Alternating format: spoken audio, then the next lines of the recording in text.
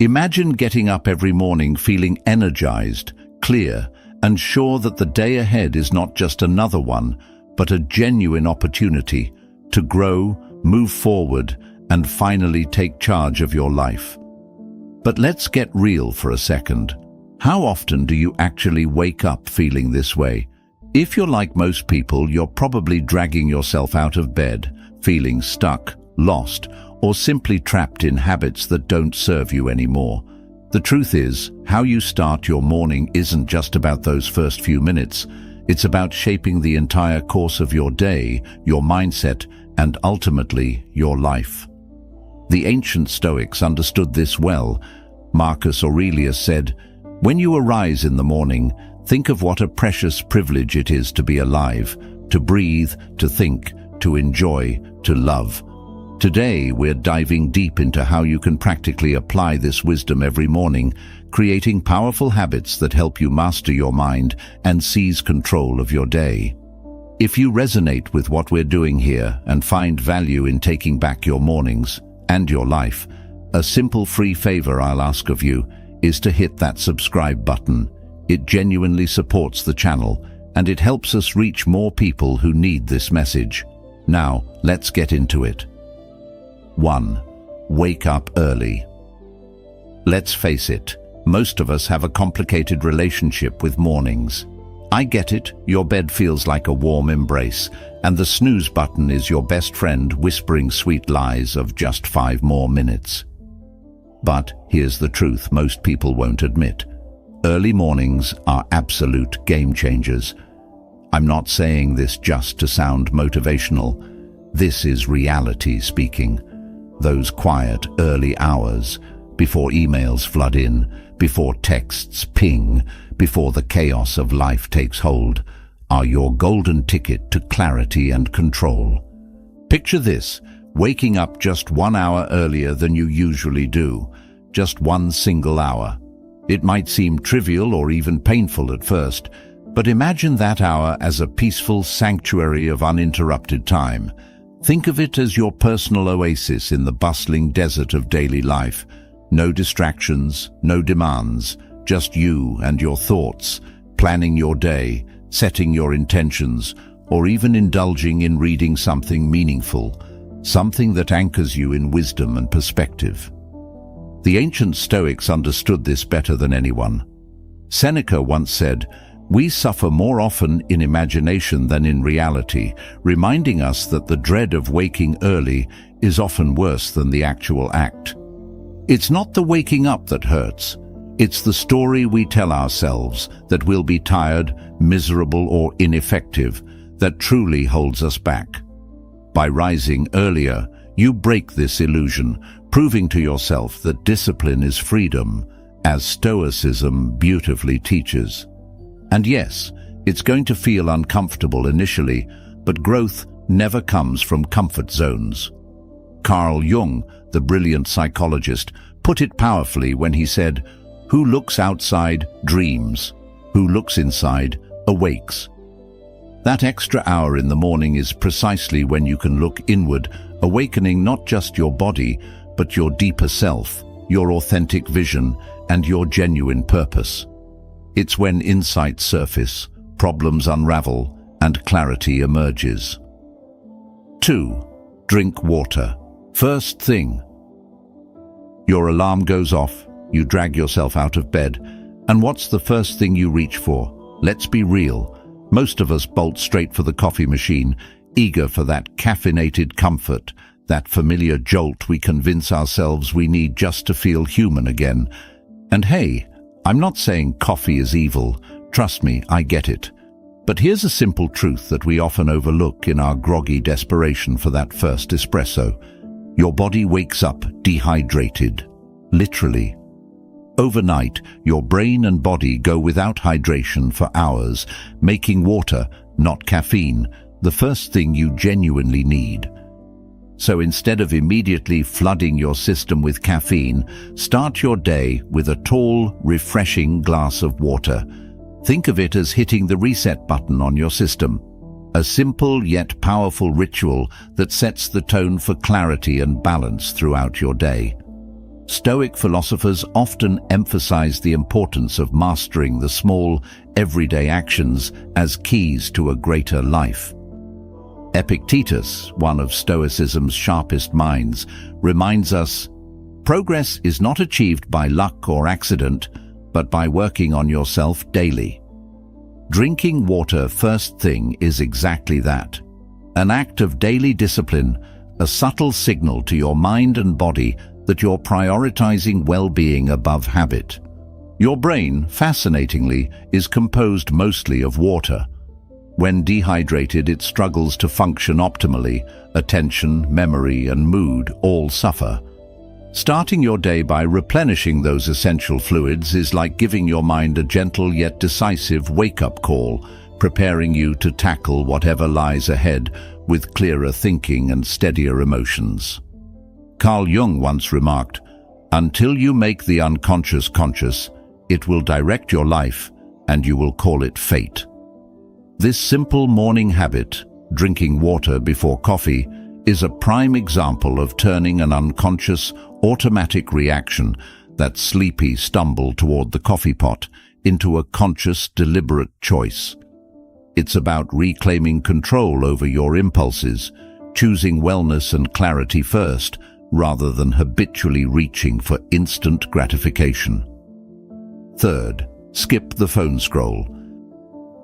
Your morning is sacred ground. It's a blank canvas, a fresh start, an open field of possibilities.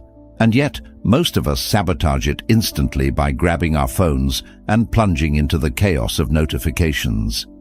That immediate rush of digital input floods your mind with anxiety, distractions, and stress, hijacking your day before it even has a chance to begin. Think about it. One moment you're lying comfortably, enjoying the last remnants of restful peace, and the next you're tangled up in emails, breaking news alerts, and Instagram stories from people you barely remember meeting.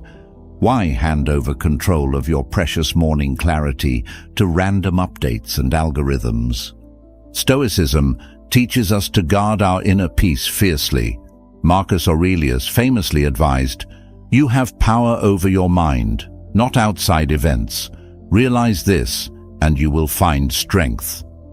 Your phone is the gateway through which countless outside events invade your mental sanctuary every morning.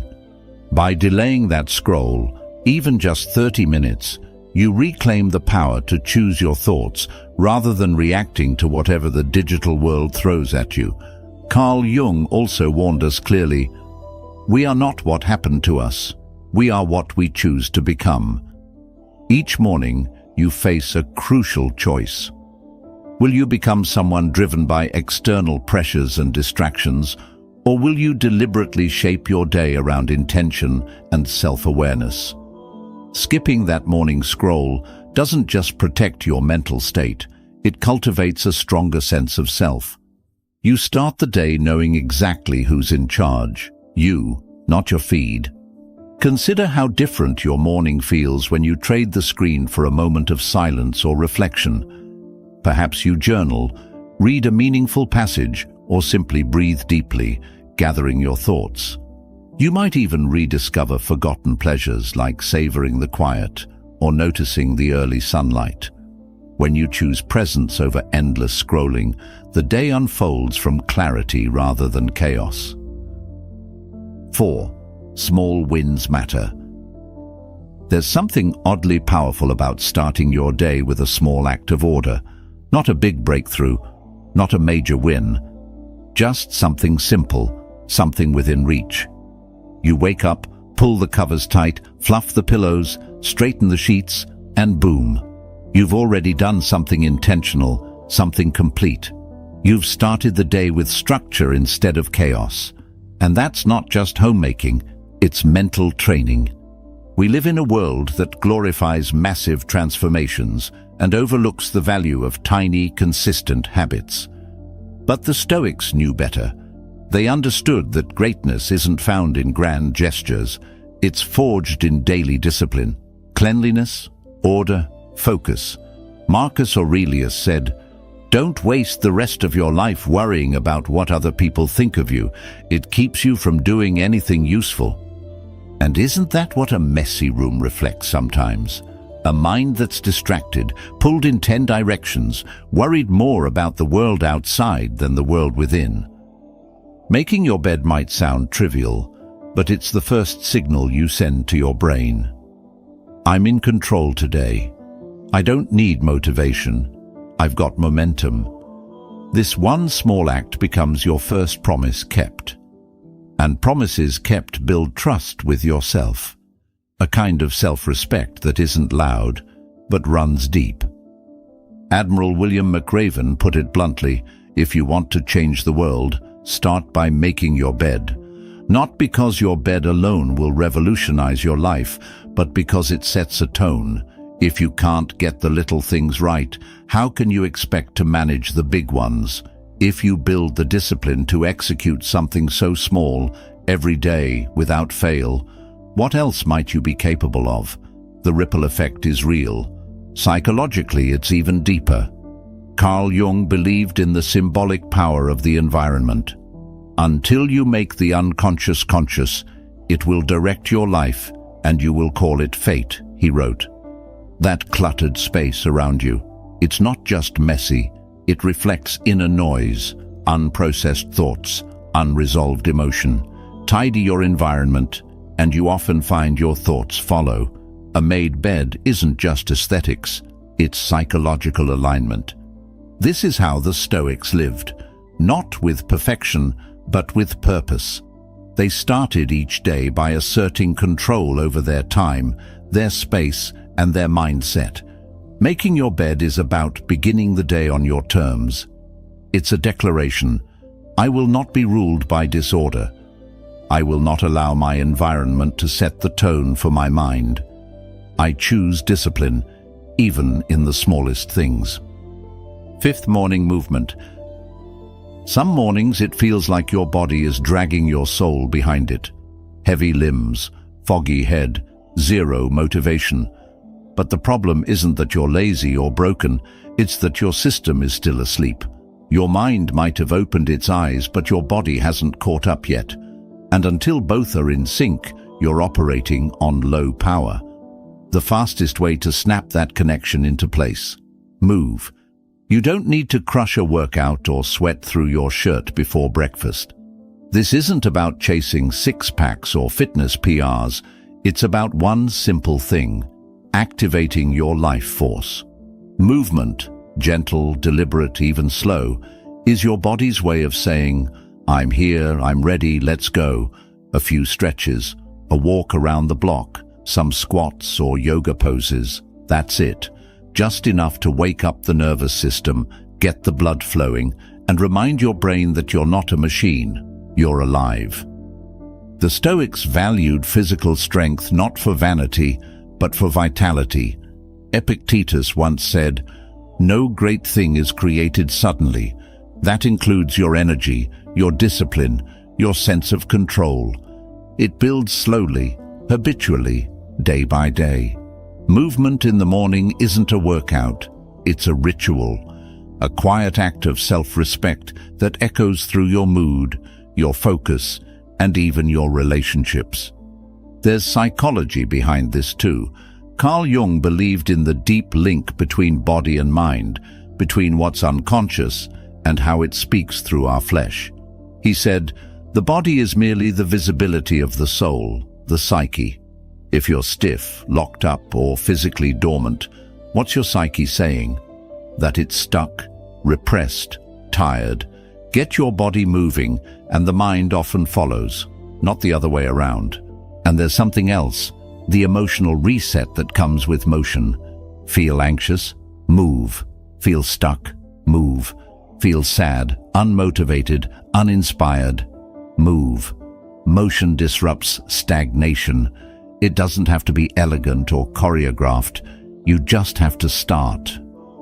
Because once momentum kicks in, it creates a domino effect. Energy rises, clarity emerges, and suddenly you're not just going through the motions, you're steering your day with purpose. Seneca reminded us that It is not that we have a short time to live, but that we waste a lot of it. And let's be honest, how many mornings are wasted by scrolling in bed, laying still, waiting to feel like it? Don't wait. Don't negotiate. Just move. Do it before your excuses catch up. 6. Shock your mind awake. There's a moment right before you step into a cold shower where your brain screams, "Nope, not today." And it's in that exact moment, when every part of you wants to retreat, that the transformation begins. That hesitation, that resistance, that's your comfort zone digging in its heels. But if you've been chasing mental strength, emotional clarity, or even just a sharper start to your morning, here's your entry point. Cold water, no filters, no fluff, just you, your breath, and your will. Now, let's get this out of the way. Yes, it sucks at first. It's not supposed to feel good, but that's the point.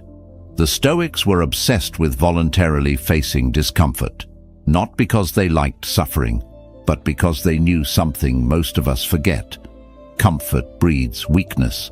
Marcus Aurelius wrote, "It is not death that a man should fear, but he should fear never beginning to live." In a world built on avoiding discomfort, stepping into a cold shower is a radical declaration that you're choosing to live, with intention, courage, and grit. Psychologically, cold exposure jolts you into the present. The shock to your system pulls you out of mental fog and forces you to breathe deeply, focus, and override your instincts to flee. That's neuroplasticity in action, your brain rewiring itself to handle discomfort with less panic and more poise. Carl Jung once said, "What you resist persists." And that resistance to cold, that's symbolic of every other discomfort you avoid: fear of failure, of criticism, of uncertainty. Face the water, and you begin learning to face the rest. It also builds what the Stoics called fortitude, mental resilience. Seneca believed in training the body and mind for adversity. He fasted, he wore rough clothes, he did hard things, not for the struggle, but for the strength it gave him. Cold showers are a modern version of that, a daily practice of resistance training for your nervous system. You step in, you breathe through the shock, and in doing so, you prove to yourself that you can endure discomfort without flinching. That kind of confidence doesn't stay in the bathroom. It follows you into work, into relationships, into life. And then there's the physiological benefit. Cold showers increase blood flow, release endorphins, and spike your alertness. You don't need coffee to feel awake. You need courage. That icy rush clears out the mental cobwebs and drops you straight into the moment. Alert, energized, present. But here's the thing, you don't have to start with 5 minutes. Start with 30 seconds, just a blast of cold to end your warm shower. One moment of shock, one small win, one chance to say, "I do hard things." The Stoics believed virtue was forged in action, not theory. This is your action, a moment of self-conquest. 7. Journaling. There's something powerful about giving shape to your thoughts, turning the mess inside your head into something visible, something real. Most of us carry a constant stream of worries, to-dos, memories, judgments, ideas, all swirling in a chaotic loop. And left unchecked, that loop becomes a trap. It steals your focus, poisons your mood, and clouds your decisions before your day even begins. That's why journaling isn't some artsy trend, it's mental hygiene. A few minutes with a pen and paper can do more for your clarity than hours of overthinking ever will. The act is simple: sit down and write. No rules, no grammar police. Just a raw, honest release of whatever's sitting in your chest or cluttering your mind. It might be a lingering worry from yesterday, a vivid dream, a flash of gratitude, or a sharp piece of self-reflection. Let it pour out. Don't filter. Don't edit. This is not about writing something beautiful. It's about emptying the mental junk drawer before the day fills it up again. The Stoics practiced this centuries ago. They wrote letters to themselves, reflections, reminders, warnings. Marcus Aurelius kept a journal we now know as Meditations, never meant to be published, never written for others, just private, personal notes to keep his principles sharp and his ego in check. In one passage he says, "The impediment to action advances action. What stands in the way becomes the way." That line may never have existed if he hadn't written it down, if he hadn't processed his challenges with ink and insight. Journaling didn't just help him reflect, it helped him govern an empire with composure. Modern psychology backs this up too. Carl Jung believed the unconscious mind constantly tries to communicate with us, often through symbols, moods, and dreams. He wrote, "Until you make the unconscious conscious, it will direct your life, and you will call it fate." And what better way to bring the unconscious to light than by writing it down? When you journal, you give your inner world a voice. You uncover patterns you didn't know existed, repeating frustrations, buried fears, old stories you've been living by without questioning. Journaling is like having a quiet conversation with the part of you that rarely gets to speak, the part that isn't performing or pleasing, the part that tells the truth. And in that honesty, something shifts. You start seeing your situation more clearly. Decisions feel less overwhelming. You begin to notice what actually matters and what's just noise. Even on your worst days, your journal is a safe space. You can be angry, anxious, lost, and still it listens.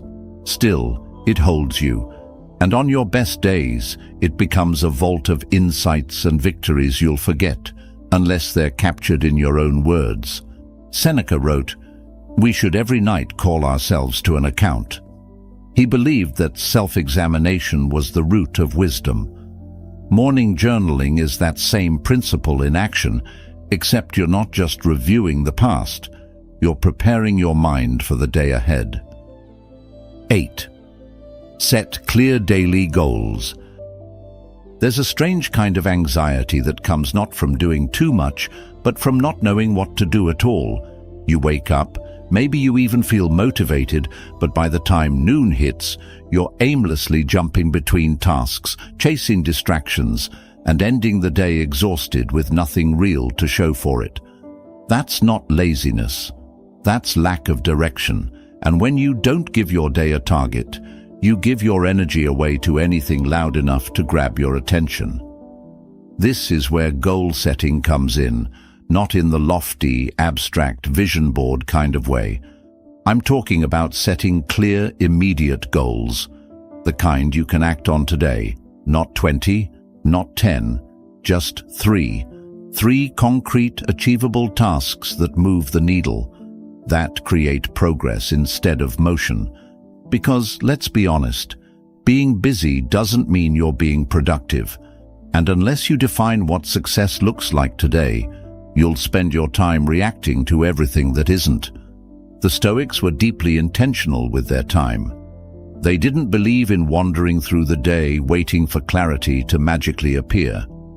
Epictetus put it bluntly, "First say to yourself what you would be, and then do what you have to do." Translation: know where you're going, or someone else will take you somewhere else entirely. Even psychology backs this. Carl Jung emphasized the importance of individuation, essentially becoming a whole-directed person. He believed that goals aren't just tools for achievement, but for self-realization. Your vision will become clear only when you can look into your own heart. Who looks outside, dreams. Who looks inside, awakes. When you define your goals with honesty and intention, you're not just planning your day, you're shaping your identity. And here's the thing, goals don't need to be massive. In fact, smaller is better. Reply to that email I've been avoiding. Write 1 page. Walk for 20 minutes. When you keep your goals simple and actionable, you give yourself permission to actually finish something, and that creates momentum. Accomplishment isn't about size, it's about completion. Because one finished task builds confidence, 10 half-done ones, they build frustration. 9. Feed your mind.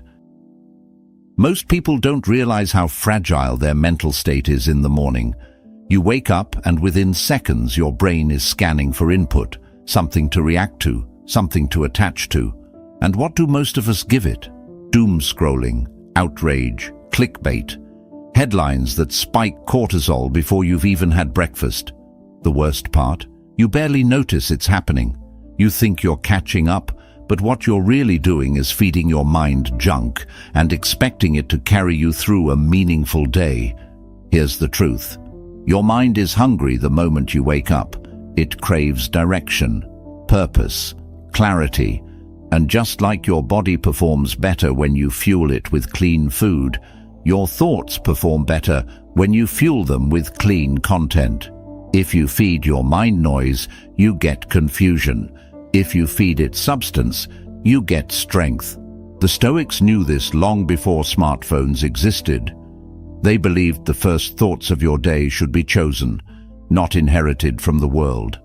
Seneca wrote, "Associate with people who are likely to improve you." In modern terms, that includes the content you consume. Books, essays, philosophy, podcasts. These are your morning mentors. 10 pages of something that elevates you, grounds you, or even challenges your assumptions will do more for your growth than hours of passive scrolling ever could. And it's not about becoming some rigid intellectual. It's about being intentional. You're choosing what kind of thoughts you want, shaping your decisions. What kind of emotions you want leading your conversations. What kind of values you want guiding your life. Because whether you know it or not, you're being shaped. Every morning, every input. Carl Jung said, "You are what you do, not what you say you'll do." And reading, feeding your mind deliberately, is doing something. It's action, not just wishful thinking. Even Marcus Aurelius began each day with meditations, not strategy briefings, not political drama, but inward reflection grounded in philosophy. Why? Because he knew that before he could lead others, he had to lead himself. And leading yourself starts with the ideas you choose to absorb. This doesn't have to be a massive lifestyle shift. You don't need to devour an entire book before sunrise. Start small, 10 minutes, a few pages, a podcast episode that speaks truth into your ear instead of noise. Think of it as tuning your instrument before a performance. You're aligning your thoughts with what matters most before life starts demanding things from you. 10. See yourself succeed. Some people wake up and stumble straight into their day, half asleep, already reacting to whatever life throws at them. But others, those who seem calm, clear and centered, start differently. They take a few quiet minutes to see the day before they live it. Not on a screen, not in a planner, but in the theater of their own mind. They close their eyes and picture who they want to be, how they want to move, how they want to respond. Not perfectly, but with purpose, and it makes all the difference. Visualization might sound abstract or even woo-woo to some, but it's one of the most grounded, science-backed practices for shaping real results. When you imagine yourself succeeding, actually see it in detail, your brain begins to create the neurological pathways needed to turn that vision into reality. You prime your mind to expect success, to notice opportunities, to filter distractions. It's not magic, it's biology. And when done consistently, it can help rewire your mindset to act in alignment with your goals instead of your fears. Stoicism understood this long before neuroscience caught up. The Stoics practiced a form of mental rehearsal called premeditatio malorum, a reflection on what could go wrong, not to catastrophize, but to prepare. But they also believed in contemplating who they wished to become. Epictetus said, "Practice yourself, for heaven's sake, in little things, and then proceed to greater." Visualization is that practice. You're rehearsing strength, courage, clarity before the test arrives. You're training your inner world so that your outer world doesn't shake you so easily. Athletes like Michael Phelps used visualization daily, not once in a while, not just before a big event, daily. He would mentally rehearse his swim down to the tiniest movement. So when the moment came, his body knew what to do because his mind had already been there. That's what makes this practice so powerful. You're not just thinking positively, you're mentally rehearsing success. You're building familiarity with the version of yourself that already knows how to win. And this isn't just for athletes, this is for you. Before that meeting, before that difficult conversation, before that personal goal that keeps slipping. Spend 5 quiet minutes seeing the outcome you want. Feel it. Don't just picture yourself doing the task. Picture how you stand, how you breathe, how you handle setbacks. Make it visceral. Make it believable. Marcus Aurelius, writing to himself in Meditations, reminded himself daily of how he wanted to act and respond, not react. He didn't leave that to chance. He visualized self-mastery before the pressure arrived, and if it was good enough for the most powerful man in the Roman Empire, maybe it's good enough for the rest of us too. 11th, practice gratitude. It's easy to forget how much you already have when your attention is constantly pulled toward what's missing. We live in a world that pushes us to chase more success, more recognition, more goals. And in that chase, we often lose sight of what's already right in front of us. Gratitude isn't some soft, feel-good concept. It's a discipline, a mental practice, a way of anchoring yourself in reality when everything around you feels like it's spinning. Because here's the truth, your brain is wired to focus on problems. It's a survival instinct. If you don't take control of that focus, it will naturally drift toward what's wrong, what's lacking, what could go wrong. But when you stop, just for a minute, and bring your awareness to what's good, what's working, what's still here, that's when everything starts to shift. Your mindset changes, your stress settles, your perspective expands. The Stoics knew this long before modern science caught up. Seneca wrote, "Nothing is more honorable than a grateful heart." To him, gratitude wasn't decorative, it was armor, a tool to stay resilient and grounded in a chaotic world. When you choose to be grateful, especially in the face of uncertainty or pressure, you're reclaiming your mental sovereignty. You're proving that you don't need perfect conditions to find something worth appreciating. Carl Jung, looking at this from a psychological lens, believed that much of our suffering stems from disconnection from meaning, from self, and from the present moment. Gratitude acts as a bridge. It reconnects you to the parts of life that matter most. As Jung said, the privilege of a lifetime is to become who you truly are. And that process often begins not with some huge breakthrough, but with the quiet realization of how much is already within you and around you. Neuroscience supports what the Stoics and philosophers knew instinctively. Practicing gratitude increases dopamine and serotonin, chemicals that enhance mood and focus.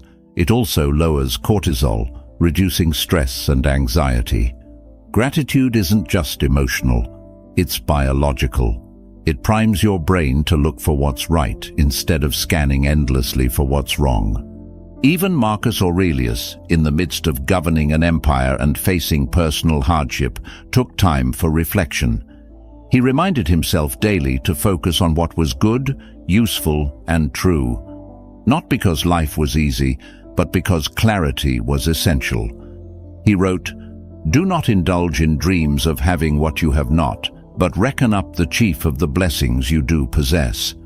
That mindset didn't weaken him. It made him steady, capable. 12th, find inner strength. Most people wake up and dive headfirst into their to-do list, trying to outrun the stress before it catches up with them. But what if, instead of rushing into the day, you grounded yourself first, not with a task, but with a thought? Not just any thought, but one that's been sharpened through centuries of hardship, clarity, and lived human experience. Stoic wisdom isn't ancient for the sake of tradition. It's timeless because it works. The beauty of Stoic philosophy is its simplicity. It doesn't ask you to escape life's chaos, but to meet it head-on with clarity, discipline, and strength. One sentence. That's often all it takes. One line from Marcus Aurelius or Epictetus, held in your mind like a compass, can keep you steady when the world starts spinning. Marcus Aurelius wrote, "The soul becomes dyed with the color of its thoughts." Let that sink in. The thoughts you carry with you aren't just background noise. They shape who you are becoming. Reflecting on Stoic wisdom each morning helps you choose those thoughts deliberately. You're not just reacting to life, you're preparing for it. It's like putting on emotional armor. When you begin the day by reflecting on a single Stoic idea, you're setting your psychological tone. You're deciding in advance how to respond to setbacks, interruptions, criticism, or uncertainty. Instead of flinching, you move with intention. Instead of spinning in circles, you return to center. This is what Epictetus meant when he said, "It's not what happens to you, but how you react to it that matters." Psychologically, this kind of reflection has deep roots.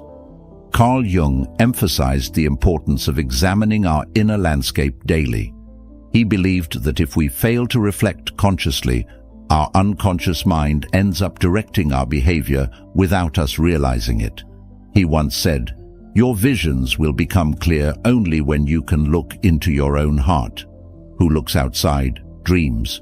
Who looks inside awakes." Morning reflection, then, isn't just philosophical, it's psychological self-defense. You don't need hours, you don't need a full journal entry or a meditation cushion. Just pick a quote, one sentence that speaks to you. Read it, sit with it.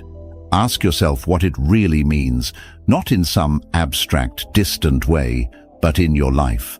How does this apply to that meeting you're nervous about, to the relationship you're navigating, to the challenge you've been avoiding? Stoicism isn't meant to stay in books. It's meant to live in your decisions. The more often you do this, the more grounded you become. You start to notice when your mind wants to spiral into drama, when your ego wants to lash out, when your fears want to run the show. And in those moments, you remember the line you started the day with. That simple sentence becomes a quiet force, guiding you back to yourself. 13. Connect with nature. There's a kind of exhaustion that has nothing to do with sleep. It's the weight that builds up when your life is lived entirely indoors, beneath fluorescent lights, behind screens, under pressure. It's when your mind is overstimulated and your body underwhelmed. You're constantly plugged in, constantly reacting, and slowly, almost without noticing, you become disconnected from the world, from your body, from yourself. Sometimes the simplest solution isn't more productivity or more stimulation, it's stepping outside. It sounds basic, almost too basic to matter.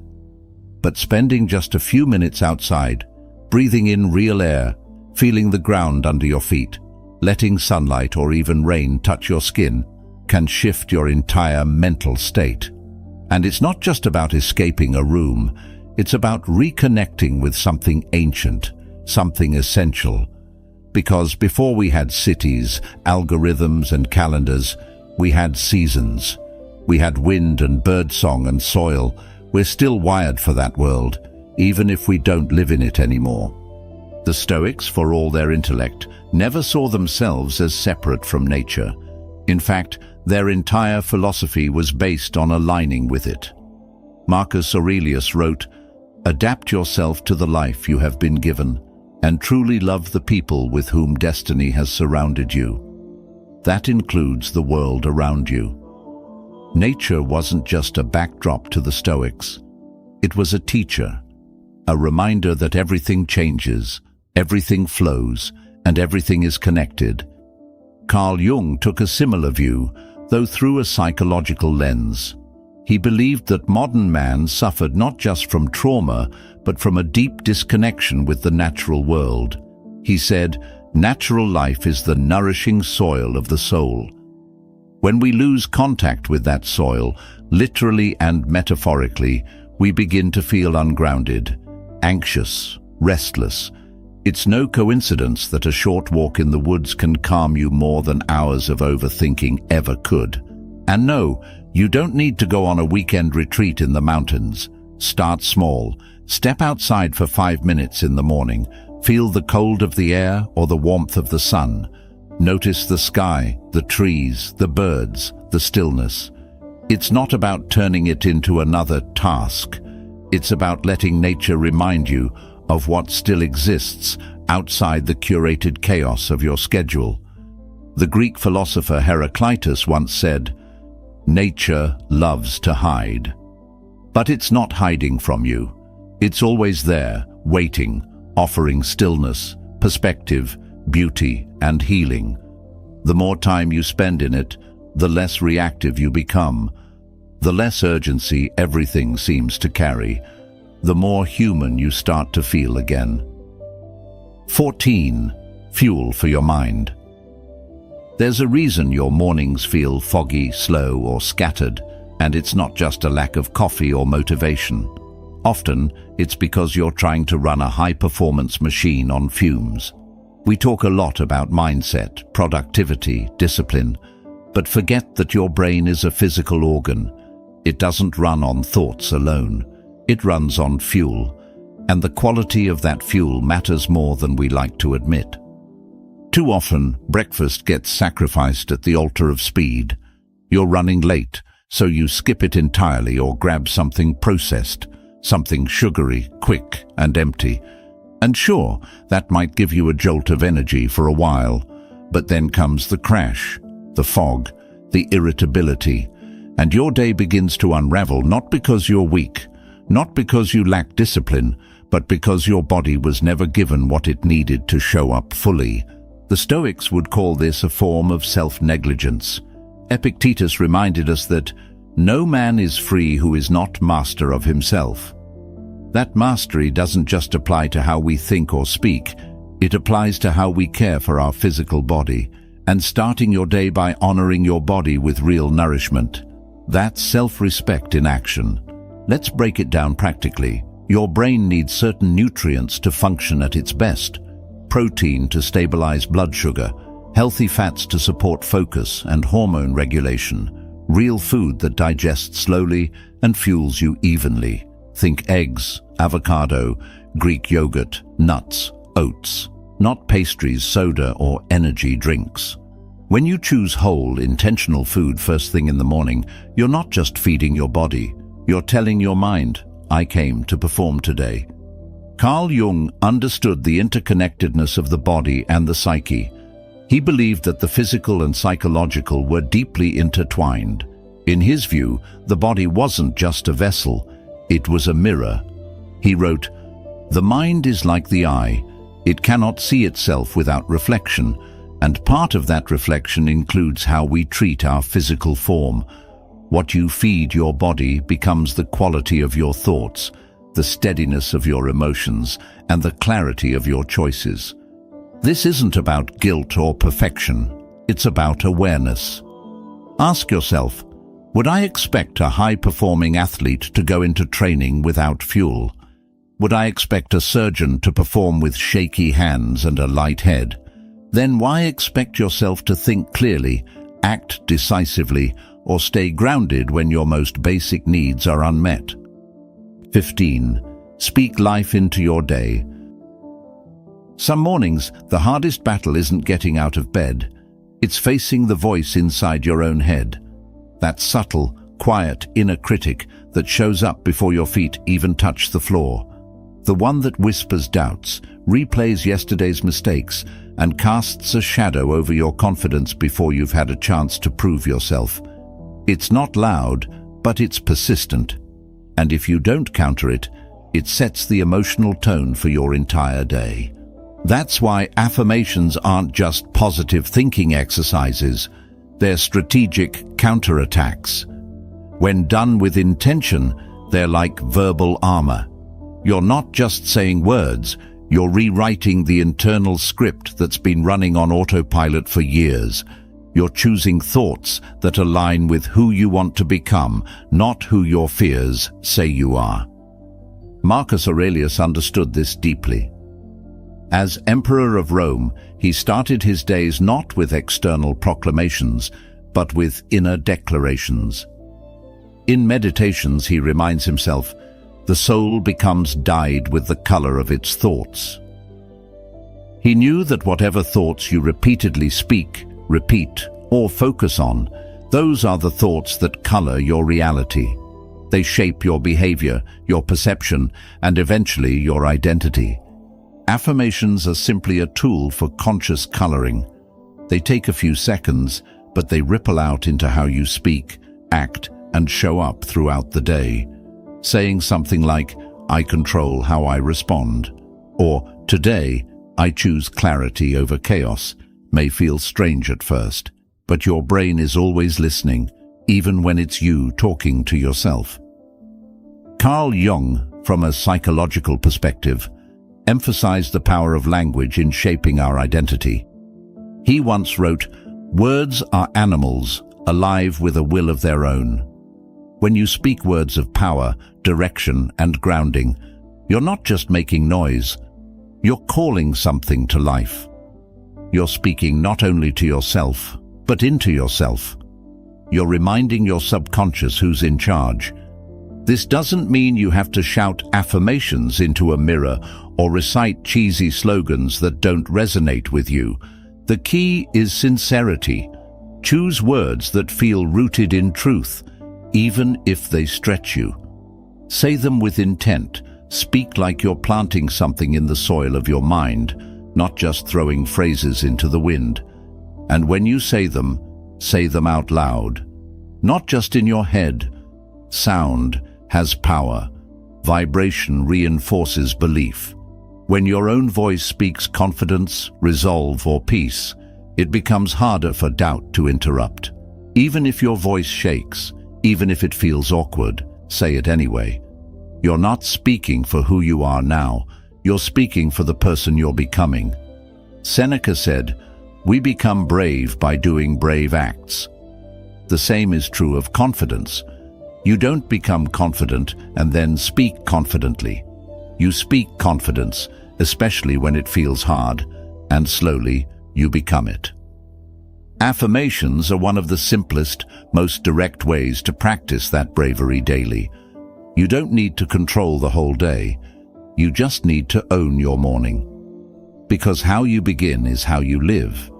Every small decision, every quiet moment of intention echoes through the rest of your life. Strength, clarity, peace. They're not found, they're practiced. If this message spoke to something inside you, there's another video waiting on the screen right now that will take you deeper. Something tells me it's exactly what you need next. Thank you for being a part of Stoic Journal, where we don't chase perfection, we train for presence. Until next time, stay steady, stay grounded, and keep walking the quiet path forward.